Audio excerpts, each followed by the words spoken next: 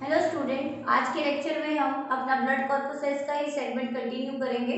कल के सेगमेंट में हमने एरिथ्रोसाइट के बारे में पढ़ा था, आरबीसी के बारे में। आज हम पढ़ेंगे डब्ल्यूबीसी के बारे में, white blood cell which is also said to be leucocyte. What do you mean by leucocyte? Leuco means colourless, cyte मतलब सेल। ऐसे सेल जो ब्लड के अंदर कलरलेस फॉर्म में एग्जिस्ट करते हैं due to absence of any pigment, that cell is said to be leucocyte. तो आज जो हमारा पूरा लेक्चर होगा वो किस चीज पे फोकस होगा? इनके साइज पे, इनके नंबर पे, कब इनके नंबर घटते बढ़ते हैं, कहाँ इनकी फॉर्मेशन होती है, और सबसे इम्पोर्टेंट क्लासिफिकेशन ऑफ डब्ल्यूबीसी, जो बहुत ही इंपॉर्टेंट टॉपिक कवर करती है आपके नीट के लिए और उनके फंक्शंस के ऊपर। तो फर्स्ट कम ओवर ल्यूकोसाइट। क्या होते हैं ल्यूकोसाइट? तो leucocyte are, leuco means colourless, leuco means colourless, cyte means cell, colourless cell, hence it is said to be WBC। तो बात आती है सबसे पहले इनके नंबर पे कि इनका साइज कैसा होता है, किस फॉर्म में लोकेटेड होते हैं और क्या इनका नंबर होता है। तो सबसे पहला टर्म आज हम यूज करेंगे TLC, total leucocyte count, total leucocyte count is number of total number of WBC or leukocyte in 100 ml of blood, and it is approximate, कुछ बुक में वेरी हो सकते हैं इनके नंबर। तो TLC is equal to 8000 to 10,000 per mm³ of blood, and its number is very lesser as compared to erythrocyte। erythrocyte के number कल आपने पढ़े थे, it is 4.5 to 5 million per mm³ of blood। तो इसके ऊपर रेशो के ऊपर क्वेश्चन आता है कि आरबीसी वर्सेस डब्ल्यूबीसी रेशो क्या होती है, नीचे में इंपॉर्टेंट आता है आपका। तो next come over RBC over WBC ratio. The ratio of RBC versus WBC is 600:1। मतलब कि यदि ब्लड के अंदर 600 आरबीसी हैं तो डब्ल्यूबीसी के नंबर क्या होंगे? 1। अब बात आती है कि ये कहाँ बनते हैं। सभी का सभी जो ब्लड है, हीमोपोइटिक ऑर्गन हम किसको बोलते हैं? Red bone marrow. मतलब ब्लड के प्लाज्मा मैट्रिक्स को छोड़ दें तो रेस्ट सारे कॉर्पोसेल्स कहाँ बनते हैं? रेड बोन मैरो में। तो next come over formation of leukocyte is said to be leukopoiesis। Leuko means leukocyte, poiesis means formation, means formation of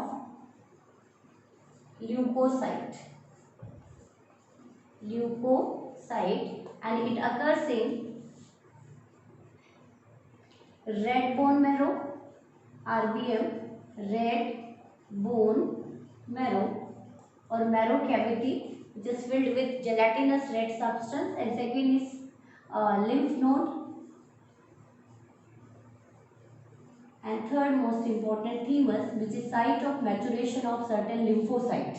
हालांकि हम बनते नहीं हैं, कुछ lymphocytes मैच्योर होते हैं, that lymphocyte is said to be T cell। Next, hence it's said to be leukopoietic organ, जहाँ पे ल्यूकोसाइट की फॉर्मेशन एंड मैचुरेशन होती है। तो आपसे पूछा जाए give a brief comment over leukopoietic organ, वो ऑर्गन या वो साइट जहाँ पे डब्ल्यूबीसी की फॉर्मेशन हो रही है या मैचुरेशन हो रही है। अब बात आती है इसके साइज पे कि कितना साइज होता है और कैसी शेप होती है डब्ल्यूबीसी की।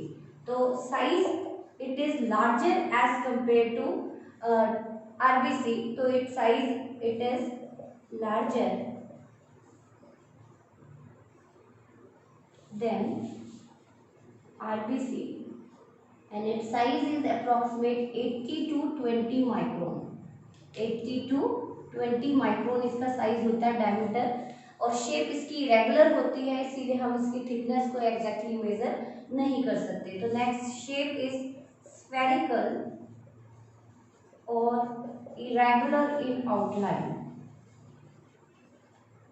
इरेगुलर मतलब अपनी शेप को कॉन्टिन्यूसली चेंज करता रहता है, अमीबॉइड शेप होती है इसकी बहुत हद तक, अमीबा लाइक, अमीबा जैसे अपनी शेप को चेंज करता है ड्यू टू प्रोटोप्लाज्मिक एक्सटेंशन और प्रोपल्शन। सेम थिंग WBC की भी जो शेप है वो वेरी करती रहती है और ये एक ऐसी प्रॉपर्टी है जो इसको हेल्प करती है ब्लड कैपिलरी से स्क्वीज होने में। तो आपसे क्वेश्चन पूछा जाए कि yet the size of WBC is bigger और larger as compare to RBC, even that WBC squeeze across blood capillary, फिर भी स्क्वीज हो जाता है, and that phenomena is said to be diapedesis. Diapedesis. Diapedesis. Diapedesis या pediasis is defined as oozing off और squeezing off, squeeze होके बाहर निकलना, squeezing out of WBC, mainly कौन से WBC? Neutrophil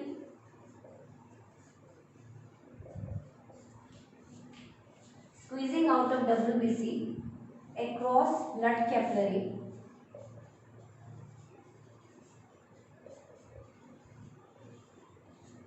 and coming extracellular space or tissue space is known as diapedesis. Diapedesis इसकी spelling थोड़ा सा चेंज कर लेना बेटा, डायपिडेसिस। डायपिडेसिस एक प्रॉपर्टी होती है जिसके थ्रू WBC स्क्वीज होते हैं। और कौन से WBC सबसे ज़्यादा स्क्वीज होते हैं? न्यूट्रोफिल, क्योंकि ये स्मॉलेस्ट WBC होते हैं। नेक्स्ट कुछ और टर्म्स पढ़ेंगे कि जब इनके नंबर घटते बढ़ते हैं तो जो आपने सुना भी होगा कि डॉक्टर जब भी कोई हमें इन्फेक्शन होता है बैक्टीरियल वायरल तो TLC DLC काउंट, कभी भी आपने हेमाटोलॉजिकल एग्जामिनेशन के बारे में सुना होगा, तो इनके नंबर घटना बढ़ना किस चीज़ को इंडिकेट करता है, उसके लिए हम कौन से टर्म्स यूज करते हैं। तो next, when their number increases or decreases we use term leukocytosis, means increase in TLC, total leucocyte count बढ़ रहा है, उसके लिए टर्म क्या यूज किया हमने? Leucocytosis. It indicate bacterial and viral infection. ये किस चीज को इंडिकेट करते हैं? Bacterial and viral infection. Next, जब इनके नंबर तेजी से बॉडी में गिरते हैं तो उसके लिए हम यूज करते हैं ल्यूकोसाइटोपीनिया। ल्यूकोसाइटोपीनिया, पीनिया का मतलब रिडक्शन, तो रिडक्शन और decrease in TLC count, total leucocyte count. This indicate कि आप देख रहे हैं कि बैक्टीरियल वायरल इन्फेक्शन में जनरली इनके नंबर बढ़ रहे हैं क्योंकि बॉडी को इम्यूनिटी की डिमांड है, दैट्स वाई इनके नंबर तेजी से बढ़ते हैं to fight against infection, to fight against antigen. लेकिन कुछ ऐसी डिजीजेज हैं जिनके अंदर इनके नंबर तेजी से घटते हैं, लाइक एड्स एंड टाइफाइड। तो decrease in TLC as noticed in typhoid और HIV infection which is said to be AIDS, जो आप सुनते आए होंगे एक्वायर्ड इम्यूनोडेफिशिएंसी सिंड्रोम, नाम से क्लियर है, डेफिशिएंसी जिसमें इम्यून सिस्टम में डेफिशिएंसी आ रही है, TLC काउंट बहुत तेजी से घटना शुरू हो गए। एक और टर्म पढ़ेंगे हम ल्यूकीमिया, जिसको आप ब्लड कैंसर बोलते हैं, blood cancer is tremendous increase in TLC, tremendous increase in TLC count greater than 1 lakh। जहाँ पे नॉर्मल आपने WBC देखे 8,000 to 10,000 है, लेकिन जब TLC काउंट 1 लाख से ज़्यादा हो जाता है तो वो किस चीज़ को इंडिकेट करता है? मेलिग्नेंसी। मेलिग्नेंसी का मतलब बहुत तेज़ी से WBC के नंबर बढ़ते जा रहे हैं, इट इंडिकेट ब्लड कैंसर। तो we use term leukaemia for blood cancer, जिसके अंदर ट्रिमेंडस इंक्रीज होता है। तो if the WBC count is more than 1 lakh then the condition is said to be blood cancer, and blood cancer is highly lethal even in early stages, मतलब it remain in malignant form। आप higher class में पढ़ेंगे +2 में, tumour को basically हम 2 category में divide करते हैं, बेनाइन एंड मैलिग्नेंट ट्यूमर। जहाँ पे ट्यूमर एक ही साइड पे रेस्ट्रिक्ट होता है उसके लिए बेनाइन, तो जो ब्लड कैंसर है वो मैलिग्नेंट होता है, they move from one side to another, तो अर्ली स्टेज से ही ये बहुत लीथल होता है। Next, we use term DLC. DLC is differential leukocyte count. Differential leukocyte count. तो हमने दो टर्म पढ़े बेटा कि एक टर्म पढ़ा हमने TLC और दूसरा टर्म पढ़ा हमने DLC कि TLC में भी किसके नंबर बढ़े, क्योंकि जो अपने ल्यूकोसाइट है दे आर ऑफ हम देख रहे हैं कि वैसे तो बेसिकली टू कैटेगरी में डिवाइड किया गया है, ए ग्रैनुलोसाइट एंड ग्रैनुलोसाइट, लेकिन ग्रैनुलोसाइट के नंबर बढ़ रहे हैं या ए ग्रैनुलोसाइट के नंबर बढ़ रहे हैं, तो जो पर्टिकुलर स्पेसिफिक ल्यूकोसाइट के नंबर घटते बढ़ते हैं उनको काउंट करने के लिए जो हेमाटोलॉजिकल एग्जामिनेशन होता है उसको बोला जाता है डीएलसी। सपोज मैं आपको यदि एग्जांपल बताऊं, ड्यूरिंग एलर्जिक रिएक्शन, जब किसी की बॉडी में एलर्जी होती है तो उसके अंदर कौन से काउंट बढ़ जाते हैं, acidophil, and the condition is said to be eosinophilia. एक एग्जाम्पल बता देती हूँ आपको याद करेंगे। फॉर एग्जाम्पल, मतलब what is the need of DLC here, it is used to diagnose particular infection, inflammation, tissue damage, allergy etc.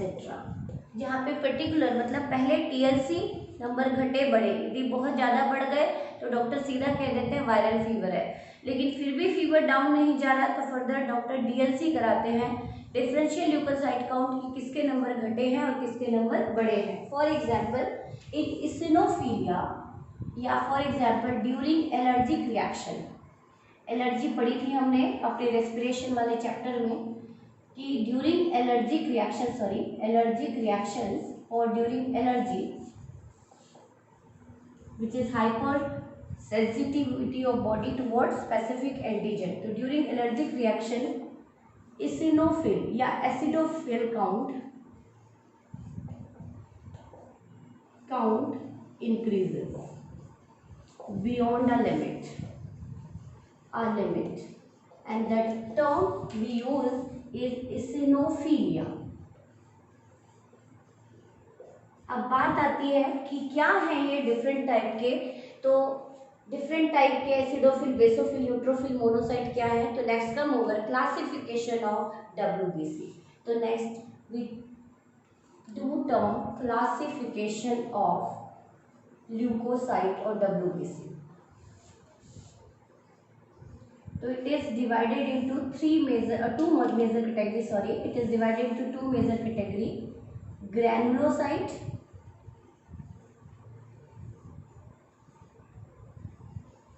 and agranulocyte, granulocytes। हम दो टर्म मतलब टू मेजर कैटेगरी में डब्ल्यूबीसी को डिवाइड करते हैं, granulocyte and agranulocyte. Granulocytes are WBC और leucocyte with granulated cytoplasm. Granulated cytoplasm, granulated मतलब इनके साइटोप्लाज्म में छोटे छोटे ग्रैन्यूल्स होते हैं, दानेदार साइटोप्लाज्म होता है, and these granules are composed of protein and RNA. तो ग्रैनुलेटेड साइटोप्लाज्म्स होते हैं and that's why these said to be granulocyte, and a granulocyte having uniform और नॉन ग्रैनुलेटेड साइटोप्लाज्म, जिनका नॉन ग्रैनुलेटेड साइटोप्लाज्म है, that is said to be a granulocyte. Second difference, show staining with different dyes, and dye may be acidic, basic or neutral, whereas A granulocytes show staining और coloration। जब भी आप देखते हैं blood test करते हैं doctor, जो testing में जो मतलब हम कहें कि लैब टेक्नीशियन होते हैं जो ब्लड टेस्ट कैरी आउट कराते हैं, आपने देखा भी होगा कि जब वो ब्लड स्मीयर बनाते हैं तो आपने ब्लू कलर की स्लाइड, ग्रीन कलर की स्लाइड या रेड कलर की स्लाइड्स देखी होंगी, तो कौन कौन वो क्या होते हैं एक्चुअल में, स्टेन्स होते हैं जिसके थ्रू सेल को विजुअलाइज कराया जाता है अंडर माइक्रोस्कोप। तो शो स्टेनिंग और coloration with basic dye. Third difference कि जो ग्रेनुलोसाइट्स होते हैं they are further divided into 3 कैटेगरी एंड these cells या these leukocytes having lobed nucleus, bilobe, trilobe, multilobe, मतलब न्यूक्लियस स्फेरिकल ना होके एक लोब भी है, 2 लोब भी है, 3 लोब भी है, 4 भी है, 5 भी है, तो 2 मल्टीलोब न्यूक्लियस होते हैं। तो these leukocytes having lobed nucleus, that is dilobed, trilobed or multilobed, hence known as PMNL। ये बहुत ही इंपॉर्टेंट है, PMNL, पॉलीमॉर्फो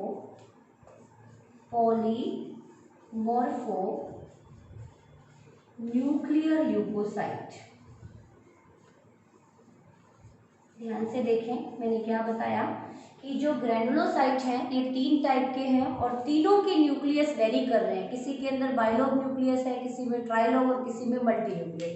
तो पॉली का मतलब होता है मैनी, मॉर्फो का मतलब feature, external feature, nuclear leucocyte ऐसे ल्यूकोसाइट जिनके न्यूक्लियस क्या कर रहे हैं, वेरी कर रहे हैं। लेकिन जो ए ग्रेनुलोसाइट है having unilobed, show unilobed or spherical nucleus, and it is further are of 2 types, lymphocyte and monocytes, whereas these are of further 3 types। यहाँ पे लिख देते हैं हम एसिडोफिल, बेसोफिल एंड न्यूट्रोफिल। किसके बेस पे डिवाइड किया बेटा इसको, स्टेनिंग के बेस पे। जो एसिडिक कलर के टुवर्ड्स कलरेशन शो करते हैं एसिडोफिल, जो बेसिक कलर में शो कर रहे हैं बेसोफिल, जो दोनों कलर एसिडिक और बेसिक दोनों टाइप में कलरेशन शो कर रहे हैं, स्टेनिंग शो कर रहे हैं, न्यूट्रोफिल। तो ये थे granulocyte. Next agranulocyte 2 type के हैं, लिम्फोसाइट एंड मोनोसाइट। सबसे लार्जेस्ट जो ल्यूकोसाइट है वो है monocyte, that's why it is said to be macropoliceman, और जो सबसे स्मॉलेस्ट है वो है neutrophil, that's why it is said to be micropoliceman. यहीं पे लिख देती हूँ मैं, कई बार इस तरह के भी क्वेश्चंस आ जाते हैं। तो these are micropoliceman. Why it is said to be micropoliceman, क्योंकि इनका साइज सबसे छोटा होता है। whereas monocyte are largest leukocyte, that's why it is said to be macropolisman। तो नेक्स्ट आज हम पढ़ेंगे इसी से रिलेटेड कि ये जो डिफरेंट टाइप के ल्यूकोसाइट्स हैं कि इनके क्या फंक्शंस हैं, किस तरह का ये रोल प्ले करते हैं।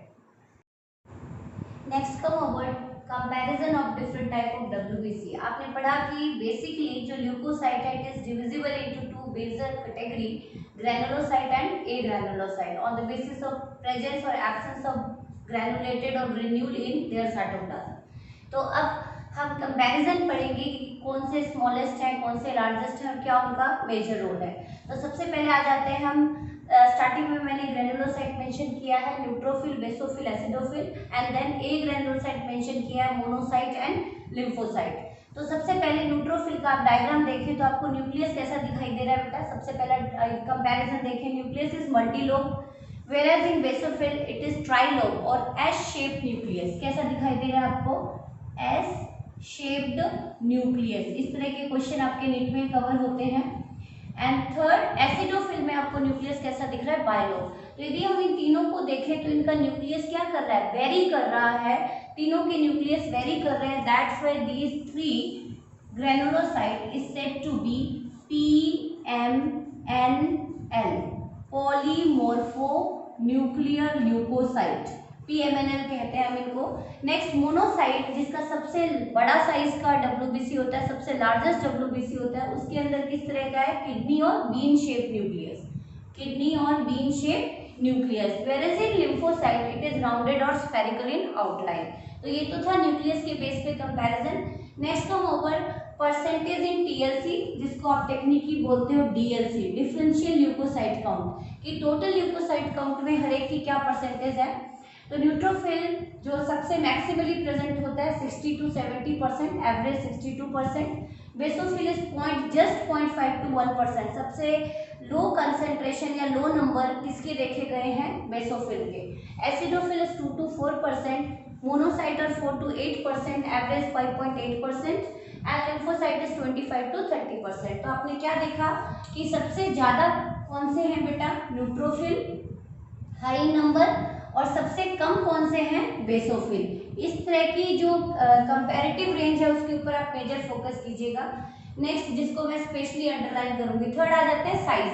साइज इनका क्या है, 10 to 12 माइक्रोन न्यूट्रोफिल का, बेसोफिल का 8 to 10 माइक्रोन, एसिडोफिल का 10 to 14 माइक्रोन, मोनोसाइट का 12 to 14 micron largest, and lymphocyte 6 to 16 micron. मैंने अभी आपको थोड़ा सा मिस्टेक हो गई थी, मैंने सबसे स्मॉलेस्ट न्यूट्रोफिल को मेंशन किया था।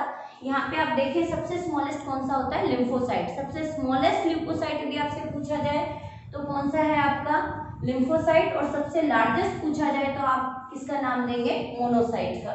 नेक्स्ट कम ओवर कि जो इनको नेमिंग दी गई है वो किसके बेस पे दी गई है, स्टेनिंग के बेस पे। तो स्टेनिंग और साइटोप्लाज्म ग्रैन्यूल किस कलर से स्टेन शो कर रहे हैं, neutrophil which show coloration towards any type of dye, whether the dye is acidic, basic or neutral। तो cytoplasm granules can be stained by any dye, the dye may be acidic, basic और neutral dye, कोई भी dye हो सकते हैं। Next come over basophil, नाम से clear है, जो किसके तरफ कलर शो करेंगे, basic dye. Here the basic dye is methylene blue. Acidophil विशो, एसिडो का मतलब एसिड, फिल्स का मतलब लविंग, जिनके ग्रैन्यूल्स किसके तरफ लविंग शो कर रहे हैं, किसके तरफ स्टेनिंग शो कर रहे हैं, acidic dye, that is eosin dye. That's why the is said to be eosinophil. इसीलिए इनको किस नाम से जाना जाता है, इसिनोफिल्स के नाम से जाना जाता है। तो acidophil is also said to be eosinophil. Next देखें आप मोनोसाइट एंड लिम्फोसाइट। आप देखा कि दोनों का जो साइटोप्लाज्म है बिल्कुल क्लियर है, देयर इज नो ग्रेन्यूल, फिर भी जो इनकी कलरेशन है ये कौन से डाई की तरफ कलर शो करते हैं, methylene blue, that is basic dye, hence it is also said to be basophilic in nature. Next come over life span. Life span WBC का बहुत ही वेरिएबल है, बहुत few hours to several years या up to death कह सकते हैं हम। तो लाइफ स्पैन न्यूट्रोफिल का है 12 आवर्स, बेसोफिल का 10 आवर्स, एसिडोफिल का 14 आवर्स। थोड़ा सा यहाँ पे आप फोकस कीजिएगा, ये क्वेश्चन आपके नीट में कवर होते हैं इंपॉर्टेंट। उनके तो आप थोड़ा बहुत एवरेज देखा आपने 10 to 14 आवर्स, एवरेज कितना है ग्रेनुलोसाइट का लाइफ स्पैन 10 to 14 आवर्स। लेकिन जो मोनोसाइट और लिम्फोसाइट है, जो ए ग्रेनुलोसाइट है in blood less than 24 hours monocyte की life span, but in connective tissue कोई भी लगा लें आप, जैसे मसल्स लगा लें या किसी के अंदर, या सॉरी जो भी आपने एडिपोज टिश्यू, एरियोलर टिश्यू सुना होगा, उनमें week to month. whereas lymphocyte in blood 5 to 7 days और less than 10 days, और in connective tissue again month, year और whole life। जैसे आपने वैक्सीनेशन का कॉन्सेप्ट सुना होगा कि बचपन में हमें पल्स पोलियो प्रोग्राम के थ्रू पल्स पोलियो वैक्सीन दी गई, हेपेटाइटिस वैक्सीन दी गई, रिबेला वैक्सीन दी गई, रोटा वायरस वैक्सीन दी, टाइफाइड वैक्सीन दी। तो एक बार जब हमारी बॉडी में लिम्फोसाइट एंटीबॉडीज बन जाते हैं तो वो हमें लाइफ लॉन्ग इम्यूनिटी देते हैं टिल डेथ। तो वो जो लिम्फोसाइट हैं कुछ memory B and T cell, यहाँ पे जो ईयर होल लाइफ की बात करूँ तो यहाँ पे मैंने किसका कॉन्सेप्ट दिया है, memory B and T cell, जो हम डिस्कस करेंगे आपके +2 में इम्यूनिटी वाले चैप्टर में। तो यहाँ पे आप उतना फोकस मत कीजिए, बस आप लाइफ स्पैन पे फोकस कीजिए। नेक्स्ट कम ओवर फॉर्मेशन कहाँ होती है, सारा ब्लड अपना कहाँ बनता है बेटा, रेड बोन मैरो में, hence leucopoiesis also operated in bone marrow. तो इधर ग्रेनुलोसाइट, न्यूट्रोफिल, बेसोफिल, एसिडोफिल, सबकी फॉर्मेशन कहाँ हो रही है, आरबीएम में। whereas monocyte is also found in bone marrow and they stored in spleen and lymph node for further maturation or for further action. Same thing, lymphocyte is also found in bone marrow but for maturation certain lymphocyte move to thymus, आपने पढ़ा होगा, and there जब वो वहां पहुंचते हैं, उनकी maturation होती है, then this type of lymphocyte is said to be T cell और T lymphocyte and they remain stored in lymph node for further immunogenic reaction और to fight against infection.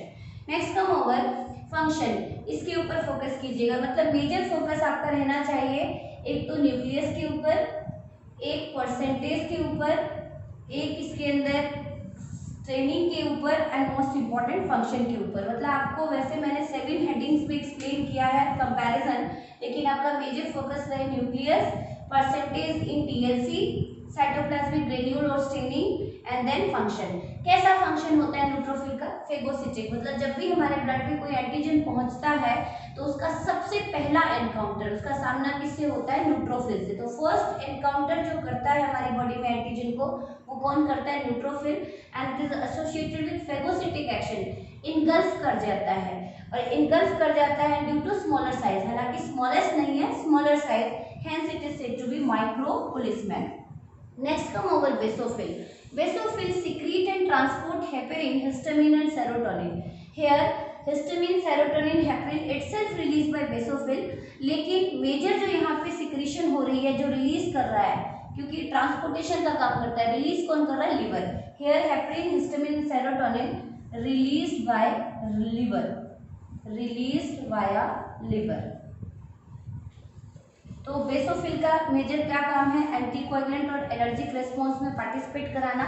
Acidophil synthesize histamine during allergic reaction, जो rashes आ जाते हैं, etching होती है, या हम कहें कि स्वेलिंग अपीयर होनी शुरू हो जाती है during allergic response, it is due to histamine. तो आपने देखा कि मेजर एलर्जिक रेस्पॉन्स में किसके नंबर तेजी से बढ़ते हैं? Acidophil, and that condition is said to be eosinophilia, that condition is said to be eosinophilia, is tremendous increase in eosinophil count or acidophil count during allergic response. Next, it monocyte also behave as phagocytic nature, या हम कहें कि it also engulf pathogens, और इसका size बड़ा है, that's why it is said to be macropoliceman. Next most important जो हमारी इम्यूनिटी में मेजर रोल प्ले करते हैं वो है हमारे lymphocyte, and it is of two type, B cell and T cell. B cell, कुछ लिम्फोसाइट बोन मैरो में ही बने, वही मैच्योर हो गए, that's why this said to be B cell, और कुछ फॉर्मेशन होने के बाद माइग्रेट कर गए कहाँ पे? थीमस में, and under the influence of thymosin hormone वो मैच्योर होते हैं, and that lymphocyte is said to be T cell. तो जब भी हमारी बॉडी में कोई एंटीजन एंटर करता है तो हमारी बॉडी में एंटीबॉडी कौन बनाते हैं? B cell. कौन बनाते हैं बेटा? B cell. That's why this provide HMI और AMI, antibody mediated immunity, antibody mediated immunity. तो आपसे पूछा जाए कि which lymphocyte provide antibody mediated immunity, तो आप क्या लिखेंगे? B cell. Why it is said to be antibody mediated immunity? क्योंकि ये कैसे किल करते हैं एंटीजन को? By producing large amount of immunoglobulin और एंटीबॉडीज। अब बात आती है कि जो ये बना रहे हैं एंटीबॉडीज, इनको हेल्प कौन करता है? तो इनको हेल्प करते हैं helper T cell. Here T stand for, S stand for helper, helper T cell. ये इसको क्या करते हैं बेटा? हेल्प करते हैं। तो ये जितना हेल्प करेंगे उतना ज़्यादा एंटीबॉडी प्रोडक्शन बढ़ता जाएगा। लेकिन यदि बहुत ज़्यादा अनवांटेड एंटीबॉडी बनना शुरू हो जाए तो it sometime destroying even own cell, self cell को डैमेज करना शुरू कर देंगे। तो सप्रेसर टी सेल क्या करते हैं? इसको सप्रेस करते हैं। हेल्पर टी सेल हेल्प कर रहे हैं, सप्रेसर टी सेल सप्रेस कर रहे हैं। और एनके सेल, जब कोई भी सेल कुछ हार्मफुल एंटीजन को, बहुत ही स्ट्रॉन्ग एंटीजन को किल नहीं कर पाते, तो उस केस में NK that is natural killer T cell, NK cell, natural killer T cell, ये क्या करता है? पैथोजेंस को चारों तरफ से सराउंड करता है, अल्टीमेटली उसको किल कर देता है बाय रिलीजिंग सर्टेन केमिकल। तो आपने क्या देखा कि जो बी सेल है ये एंटीबॉडी के थ्रू इम्यून रिस्पॉन्स शो कर रहे हैं, that's what is said to AMI, और जो टी सेल है ये डायरेक्टली सेल ही हमारी बॉडी को इम्यूनिटी दे रहे हैं, that's why T lymphocyte provide CMI, cell mediated immunity. तो ये था हमारा ल्यूकोसाइट वाला टॉपिक सेगमेंट और सेल मेडिएटेड इम्यूनिटी। और नेक्स्ट सेगमेंट में हम पढ़ेंगे थ्रोम्बोसाइट और ब्लड प्लेटलेट्स। तो ये जो टेबुलर फॉर्म में आपको कंपैरिजन दिख रही है, ये कंप्लीट लेक्चर होने के बाद आपको इसका स्क्रीनशॉट अवेलेबल हो जाएगा नोट्स बनाने के लिए। Thank you.